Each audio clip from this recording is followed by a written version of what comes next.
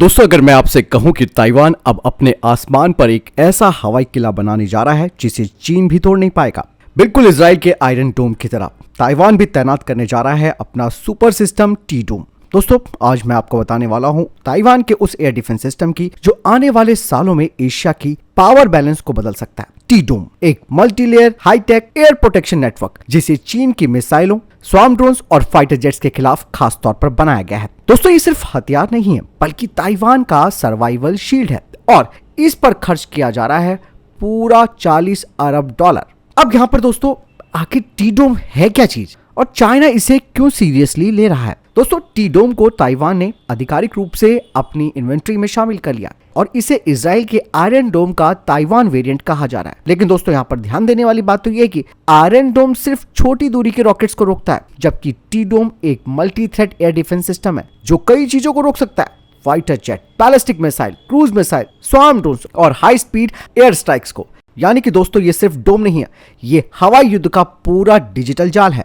एक सवाल दोस्तों, आप सोचिए जरूर, अगर चाइना एक साथ सैकड़ों मिसाइलें दाग दे तो क्या ताइवान 5 से 10 मिनट तक टिक पाएगा? एक बड़ा सवाल है दोस्तों। लेकिन एक्सपर्ट्स भी मानते हैं कि चाइना की वॉरशिप ताइवान के एयरबेस, रडार साइट्स और मिलिट्री फैसिलिटीज पर सिर्फ 3 मिनटों में मिसाइलें बरसा सकती है। और इस खतरे को समझते हुए ताइवान ने फैसला लिया है कि अब हवाई किले का समय आ गया है और यही है उनका टी डोम। टी डोम दोस्तों किस तरीके से काम करता है, ये भी जानने वाली बात है। इस सिस्टम के 2 मेन हिस्से हैं। पहला, कमांड एंड कंट्रोल सिस्टम, जो कि रडार से डेटा इकट्ठा करता है, खतरे की पहचान करता है, तय करता है कि कौन सी मिसाइल किस टारगेट को कब इंटरसेप्ट करेगी।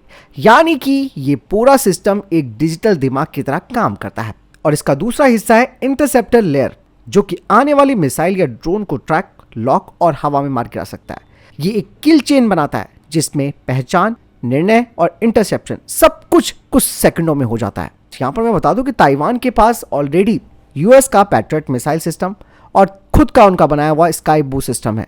लेकिन दोस्तों, टी डोम इनके साथ भी इंटीग्रेट हो जाएगा, जिसमें कि टी डोम इन दोनों के साथ रडार शेयर करेगा, यानी कि रडार डेटा शेयर करेगा, सेंसर डेटा सिंक करेगा और हर मिसाइल को एक कॉमन नेटवर्क से कंट्रोल करेगा, जो कि ताइवान को 360 डिग्री कवर प्रदान करेगा।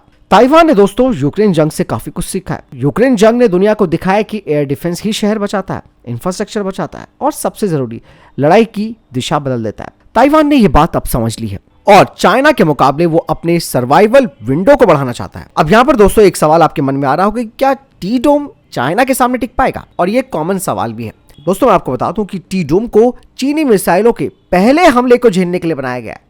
अगर ताइवान शुरुआती हमले को रोकने में सफल रहता है तो वो आगे की लड़ाई पूरी तरह से बदल सकता है। चाइना के लिए टेंशन तो इसी बात की है क्योंकि टी डोम एक इंस्टेंट डिफेंस शील्ड बन जाएगा। यानी कि दोस्तों, ताइवान का टी डोम सिर्फ एक टेक्नोलॉजी नहीं है, ये एक मैसेज है। अगर चाइना हमला करे तो ताइवान तैयार है और ये आने वाले एशियाई डिफेंस सिनेरियो को बदलने वाला फैसला माना जा रहा है। फिलहाल इस बारे में आपकी क्या राय है दोस्तों? कमेंट सेक्शन में लिखकर जरूर बताइएगा। मिलता हूं नई वीडियो के साथ। जय हिंद, वंदे मातरम।